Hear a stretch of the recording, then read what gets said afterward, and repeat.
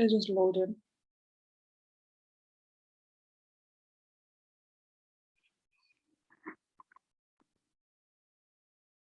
Okay, welcome. Welcome. We are live, I think. So, welcome to this live stream. I've got Noshiela and Noor with me from Noshiela and Noor Coaching and Training. And again, if you're watching the replay, let us know in the replay. If you have any questions for Noshiela, Noshiela will answer them perhaps as we go live if we can see them. If we don't, then Noshiela will come back to them. But yes, thank you so much for joining me, Noshiela, today. Thank you for having me. It's been a journey, and it's nice to be able to share the transition and the kind of things that I overcame in this live stream, inshallah. Yeah, oh gosh, I'm so excited. Right, so tell me a little bit about yourself. 1 second, sorry. So my name is Noshiela, and when I first came into this world of getting to know about myself and getting to business, I was just like had my third child, and I was into like all sorts of things, to be honest with you. I was here, there, everywhere, and I had joined like a network marketing company.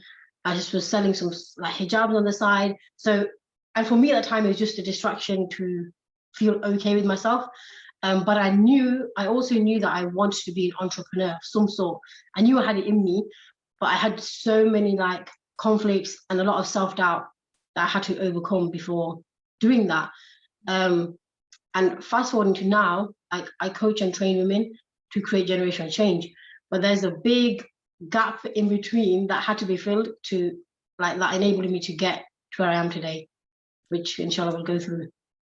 Wow. Yeah. So let's that's the overview, right? That's a big picture. So let's cover the detail. You obviously went to school like we all did. You were brought up in this country, raised up in a family that pretty much all were like, into good jobs. Good career jobs. And were you looking into a job as well at that time when you were growing up in school? I think, growing up and just getting a normal education, that was like, it was kind of like a hurdle for me. I'm going to be very honest. It was like, it wasn't celebrated much for women to have an education. And I'm just going to put it out there because that a lot of people do go through that struggle. And a lot of people they don't want to admit that. And that is something that I did face. So then even doing that, I always knew that I wanted to do more. But the thing that I struggled with was the environment when it came to college and university. Like personally, I was going through a transition of finding deen and start practicing at a very young age. So it was all of this conflict of the way the external environment is and how I want to feel within and all of that stuff. But I knew that I wanted to do something like make an impact. So I did get into work early, but I did every job that I wanted to do. So I always wanted to be a nursery nurse. I always wanted to be a radio presenter. I told you all these crazy things, right? And I always wanted to be a teacher. And in some way, by Allah's will, I made sure that I got into those jobs. So I haven't got experience of doing a job that I hate, apart from one. I won't talk about it. It was me being a nursery nurse, but it's more of the setting. So yeah, and then I did that for years. I remember telling you once that I worked 3 jobs like in one day. Like I used to have that constant role of working. And then wanting to go and be an entrepreneur, it was like, whoa, like the shift is just crazy. Yeah, gosh. So when did you decide, or when did you first want to become an entrepreneur, and what inspired that decision? It was after actually having my children. So I was so used to working for other people. And even after having my children, I was doing like a few shifts at the radio station and bits and bobs. And initially, it was to do something that allows me to work, but be within the home and earn a bit of extra money, to be honest with you. And at that time, it's more about like getting to know people, be a bit social online, because I felt like after having kids, I kind of stepped back socially, and went through like loads of different emotions and loads of different things in life at that time as well. So at that time, it was just kind of to do something. And I didn't know exactly what I wanted to do. Right. So And so what did you do there? Like tell us, because you've got the desire to be an entrepreneur, you want to do something else. Your kids are here now. What was your personal purpose to become an entrepreneur? The biggest one. So just before that, you asked me like, what did I do from there? So I had so much personal like work to do. So I had loads of inner healing to do. I had loads of like blocks, like in terms of mindset with my emotions. And that's basically when I reached out to you. So I had this desire of working for myself or being an entrepreneur, but the conflict was that I didn't feel good enough. I didn't like myself. I didn't have confidence when I lost it. I didn't like have much self-esteem. So for me, it was getting rid of all of that stuff that was in the way till I could really decide what I wanted to do and be. And through that process of doing that with you, that is when I realized, oh my goodness, I want to be a coach. And that's when I realized it connected the dots back to how I was as a person. Like, people always came to me for advice. I was always like, literally, I was an agony aunt within my family, my friends, still today. But I found myself over the years, I was becoming drained and didn't have any boundaries, didn't really take care of myself. So I was just giving and not taking care of me. So when I realized, hang on a minute, I can have Deen, I can have Dunya, I can make an impact, make an income, like, I'm going to do this. Like, so at that point, it was like I found my true purpose, and it happened through that process of removing those blocks and getting rid of all those things that were stopping me from being happy. Yeah, it starts from the inner work. So tell me the common mistakes people do when they want to become an entrepreneur from employment background. So a lot of the time people want like quick fixes. So I'll buy this course or this program that's based on strategy. So like, how do I get this many clients? Or how do I make this many sales? And how do I rank up to whatever rank? And the biggest thing people miss is their business is them. Your business, no matter what business you're in, you're the driving force behind that. And the driving force behind you is your mindset and your emotional state. And do you know what? Honestly, I did not ever recognize that for years. I literally thought I could feel like crap. I could have all these limiting thoughts and beliefs and not really like myself, but I could have a successful business. Like, how on earth was I expecting that? When I think about it now, at that time, I didn't have those resources going way, way back. And when I did, I realized, oh my goodness, it makes so much sense, because you're only going to attract the success that you think you deserve, not any more and not any less, if you like. So that's one of the things people do. Like, they just want quick fixes. They don't realize the impact of their emotional state and their mindset on their business.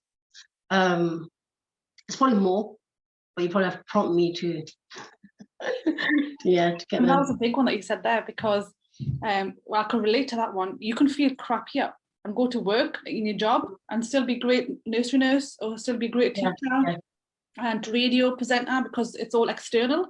You just show up, you do your job, you get paid at the end of the month or whenever you do.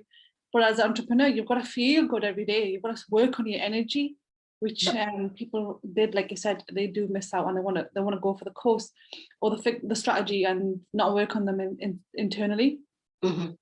So let me tell you about focus, because you said you were doing 3 jobs.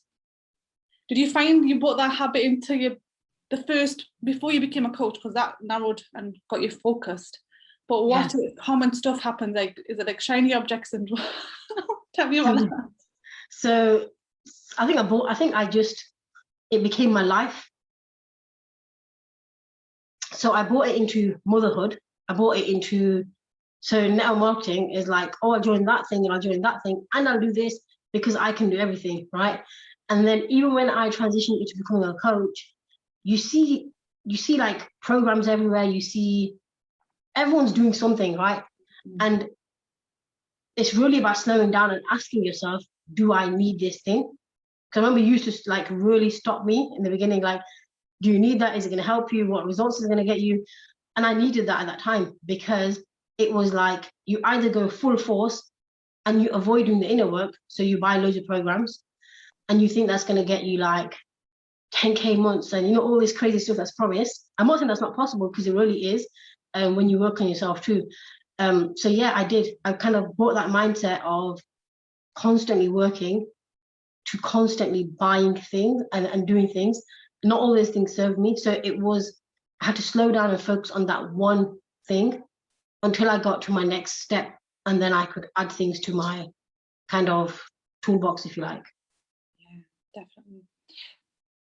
What did you expect in entrepreneur, and what happened? What was the reality? Because you've been in business for a while now and you've been successful. Yeah. So what we want to do here is get you to that way. We want to help people to recognize, oh, this is wrong or not wrong, but this won't serve me, and I need to come the other way, whatever that is. So tell us, what did you expect and what did happen? What's the reality? So what I expected was, so you know that I had like, even when I came for coaching, yeah, I thought I'm gonna do this certain amount of coaching and happy days, life's gonna be great. I didn't actually recognize I'd continuously need to, for my own self, like keep developing and keep dealing with my stuff, you know? It's like, you know, that example of the layers of the onion. There's always stuff that comes up, especially when you transition into an entrepreneur, because you've like literally gone to freeze mode, like, oh my God, I've never done this before. It's not known in my family. All your stories start playing full force. You've got to clean up all that stuff, all the limiting beliefs, the negative emotions, and basically change those stories. So what I didn't realize was this was a lifetime game, you know, that it's not a short-term thing. So yeah, I'm going to sort my mindset out and then I'm going to be a successful business person. And the truth is you've got to consistently invest in your personal evolution. And like that's a big shift I've made from just development. It's actually evolution. And the more that you develop yourself, the more that your business flourishes, like without a doubt. And one thing I think a lot of people struggle with is, when do I make that money back? You know, people ask me that all the time. So do you know, if I invest in becoming a coach, when do I make that money back? And the truth is, it's about looking at it from the angle of how it impacts you overall. And it's not just about making that money back. Does that make sense? Yeah. Yeah, because return of investment can come in all different forms, right? Yeah. Risk is not just money, risk is so many other things as well. Absolutely, yeah. Yeah, definitely. I think for me, it was like feeling like I was an entrepreneur. I remember when I was going through my coaching journey, and I'm sending a message on saying, Naz, do you know what? I haven't got the money, but I feel like a millionaire. Like, and you know what that meant for me was, I don't know the feeling of being a millionaire, whatever that is, right? Inshallah, I will one day. But it was more about that feeling of abundance, that I already have whatever it is I'm going towards. Because a lot of people they're seeking an emotion. So they want happiness, they want to feel content. And when you get that in your business, all your income goals become easier because you know that you can have them. So yeah. Yeah. And it's yeah. So tell me about the spiritual elements in that, when you said, you know, you'll have them. Do you know what? How did you know? I just knew, right? But how I knew was, you know, it was a lot of work on my money mindset. The truth is, like, I think, you know, from growing up, I feel like I had an abundant mindset from my mom, like in terms of giving without expectation of receiving, all of those things. However, I had a lot of baggage when it came to my money story, like seeing the way that our parents used money, and their story, you know, and people around me. And there were times where I'd be like, oh my God, like, what's gonna happen here? I'm not gonna begin to tell people how I used to invest in myself. You know, I used to invest in things and think, you know, Allah's gonna make a way for me. My intentions are good and sincere, and the money would come. Believe me, it would come. And then the more I worked on myself, I was able to create that income. So yeah, it was a lot of stuff around creating my money story. But one thing that you helped me to enhance was that abundance mindset to another level, you know, and I really believe that that's one of the reasons why I support my clients and the coaches I train in the way I do, because of the training I had with you in terms of having an abundance mindset. And Islam has everything to do with that, you know, and the amount of times you reminded me was like, it's Allah that's going to give you. Like, why are you limiting that, what you're asking for? And just the whole idea of who are we really relying on and who's really going to provide us with what we wish for, basically. So deen and spirituality is a huge part of it. And I'm super grateful to like have had that within my coaching and all elements of my work. So yeah, alhamdulillah. Alhamdulillah, yeah, it shows that it's amazing that you're doing it from a Islamic perspective as well. Now you're moving and creating the business that you're creating, because it makes life much more easier when you've got spiritual, because it is spiritual. Your mindset, you're a spiritual being. When we expect the law of attraction, is spiritual. You ask Allah subhanahu wa ta'ala, you expect it to happen, you take action, you believe, and then you receive.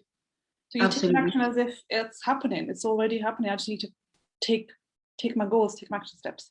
What tips do you have, what advice do you have for someone who is sort of like in their job, so still in their job perhaps, and they are taking some action in their business, they really want to leave their job because they want to be home or whatever it is that their goals are, personal goals?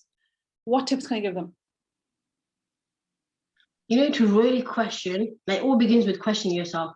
Like, am I happy to be living this life 5 years down the line, 10 years down the line? Like, do I want to stay in this environment? And if I look back at my life, am I going to regret not moving and not shifting? And the second thing is, like, hire a coach that can help you to overcome those fears, because you know those fears are normal, it's natural to have them. But when you get stuck in them, you'll start to sabotage any opportunity of having and creating that business of your dreams, if you like. And another thing is just always be open to investing in your personal growth. That has a massive impact on your business. There's probably so much more. There's probably so many more. But the main ones are like really just like checking in with yourself, working with a coach in whatever way, whether it's a program, whether it's a one-to-one thing, like whatever helps you. Because the truth is, the journey, like doing it on your own, is so lonely. And I don't want to say you won't be successful, but the level of success that you probably want will take longer because you don't see your own blind spots and you don't see the things that your coach will be able to notice about you. That's really true. And tell me some practical steps that they can start taking, like independently. If they can't hire a coach, perhaps what habits did you take on that you didn't have before you were, in business? What can they do? Daily practices, something that they can start implement straight away. So if they can't hire a coach straight away, so really just watching people that they want to be like, so modeling people. So if there's somebody that's got the business that you want, and they kind of, to you appears that they have the lifestyle that you want, really find out the things that they do, find out the things that they invest their time into, because investing in yourself isn't always money. Investing in yourself is investing time into reading books that are going to help you move forward, maybe listening to podcasts, investing time like an hour a day for your learning. And for me, I'll be honest with you, it really was going back to basics with my mindset. Like, talking about myself in a positive way, because I was going to be the driving force of that business. Looking at my thoughts and my beliefs around whether I could have what I wanted.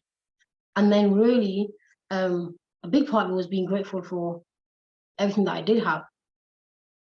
And I'm going to be honest, for me, I didn't have that long period of time when I didn't hire a coach. So that's one of the first things that I did do, because I just knew that it was lonely doing it on my own. And there's loads of baggage that I had to deal with before even considering that I'd be successful as an entrepreneur. And they both go hand in hand. So it doesn't mean that, and this is something a lot of people do, is they think they've got to be perfect or they've got to be like free from any type of struggle before they have their own business. And the truth is, you don't have to be, although you wait forever and you'll never take that step. So it's about dealing with your stuff, however you decide to do it, and just start like being around people that inspire you, oh my God, another one, is like literally stop conversating with people that bring like negative energy and put you down and don't support your goals. So really being aware of who you spend time with, who you speak to, and just being conscious of the things that you do on a daily, like the things that you consume. So, you know, we talk a lot about like things that we eat and drink and all of that, but it's really about things that we watch, people that we speak to, the words that we say as well. So yeah. The words that we say to ourselves and others. Yeah. To ourselves and other people, because if you just like monitor your language, you'll realize like patterns. Like, yeah, like, you know, I'm so broke. Yeah. You know, so language like that. And it's like, hang on a minute, but you're not, you know? So being aware of what you say about yourself, and to yourself. Brilliant. You mentioned a teeny bit, and I want to just bring it up just to bring awareness. It was about how you talk to yourself. You said you changed how you talked to yourself. So that kind of taps into self-worth. Did you have to increase your self-worth? Massively, like crazy, because there was a time where I was making money. Actually, let's go back. I used to struggle to even charge people in the beginning, right? Because it was like I should give my time to people. Of course I should invest in myself, but should I, like, who am I to charge people?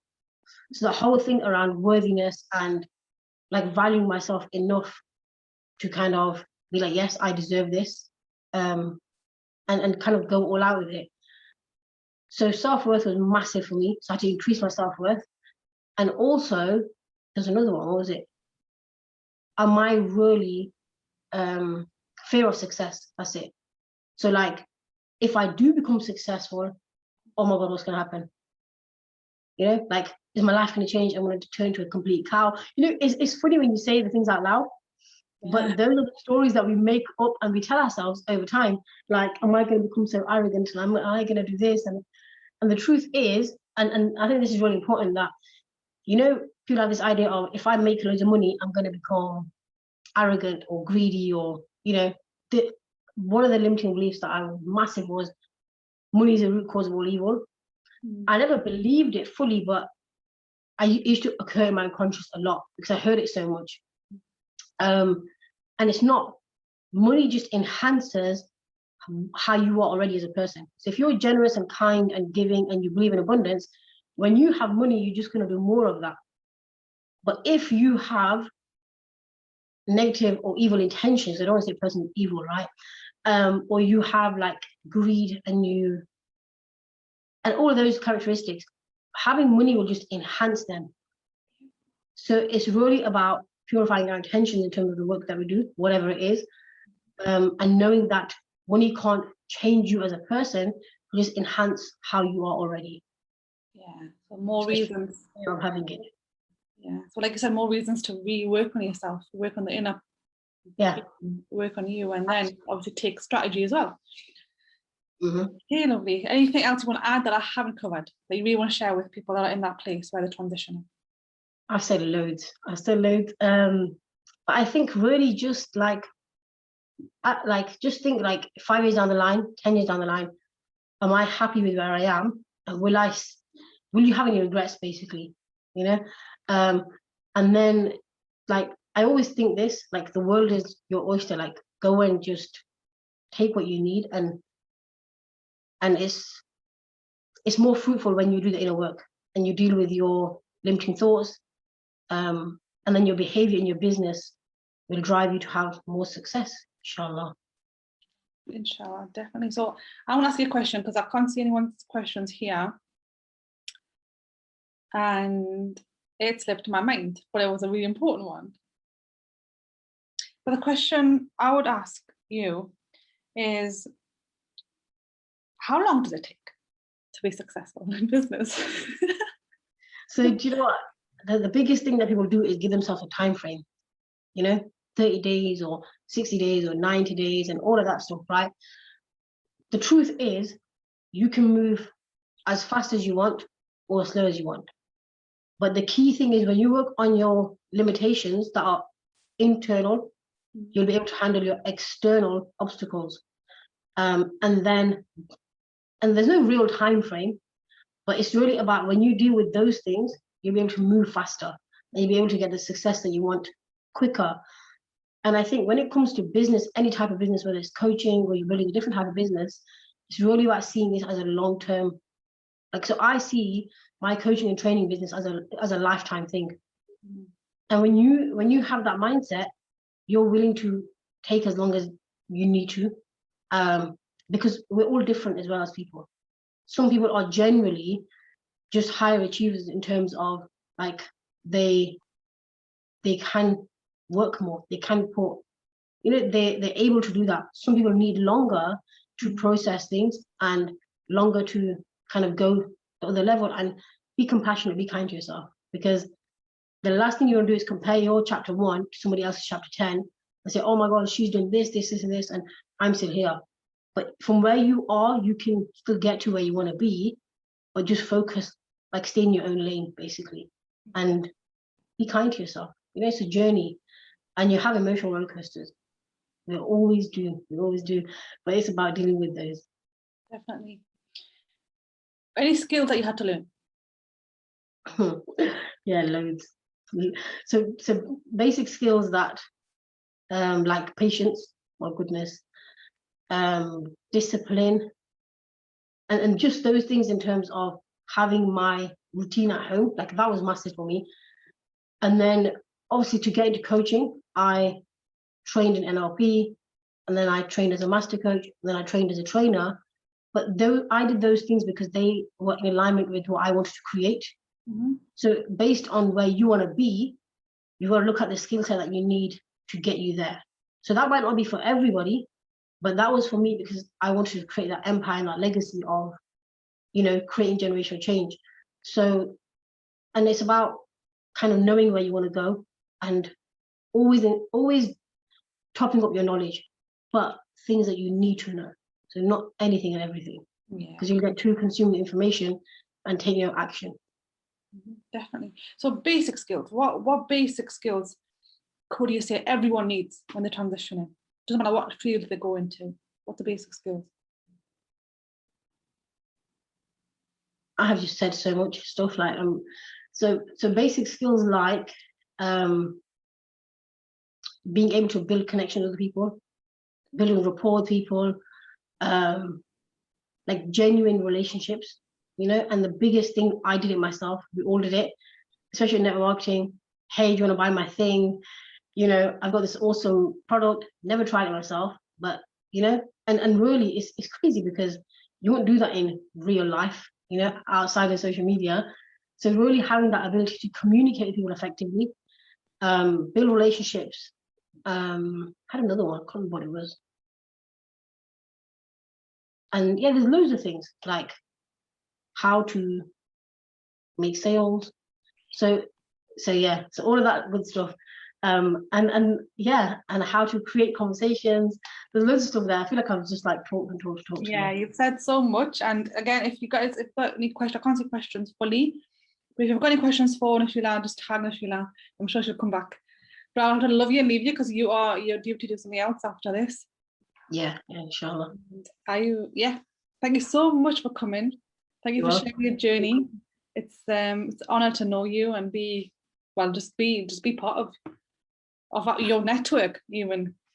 And it's really amazing. And thanks to you for putting up with me. Like there were crazy times, and there were times I was like, I can't do this, and yeah, so you go through that, and I appreciate like everything that we've done together to help me get to where I am. So jazakallah. Been amazing, Oyaki. May Allah continue to you continue to succeed. I won't say evolution, but that doesn't make sense. But may Allah give you the best of this world and the next in your business and in all areas of your life. Ameen. And you. Thank you so much. Assalamu alaikum. Welcome,